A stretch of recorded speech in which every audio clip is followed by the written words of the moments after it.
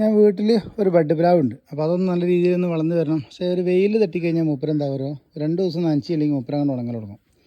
അപ്പോൾ എന്താക്കിയാലോ, അങ്ങനെ ഹോസ്പിറ്റലിൽ പോയപ്പം നമ്മൾ ഗ്ലൂക്കോസ് ചെയ്യണമൊക്കെ ഒന്ന് ശ്രദ്ധിച്ച്, അപ്പോൾ ഞാൻ ആ വള്ളി കൊടുന്ന് കണക്ഷൻ കൊടുത്ത് നോക്കി.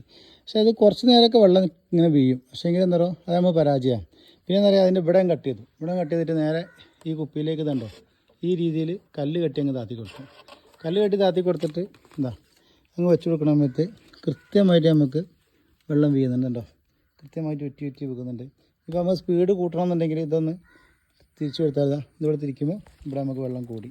ഓക്കെ, അത് കുറക്കണമെങ്കിൽ നമ്മൾ ഇവിടെ നിന്ന് ഒന്നും കൂടി ടൈറ്റാക്കി കൊടുത്താൽ വെള്ളം കുറഞ്ഞു. സ്പീഡ് ഇങ്ങനെ പല കോലത്തിലും ആക്കാം നമുക്ക്. അപ്പം ഇതൊരു നല്ലൊരു ടിപ്പായിട്ട് എനിക്ക് തോന്നി, അതുകൊണ്ടാണ് നിങ്ങളുമായി പങ്കുവെക്കുന്നത് കേട്ടോ.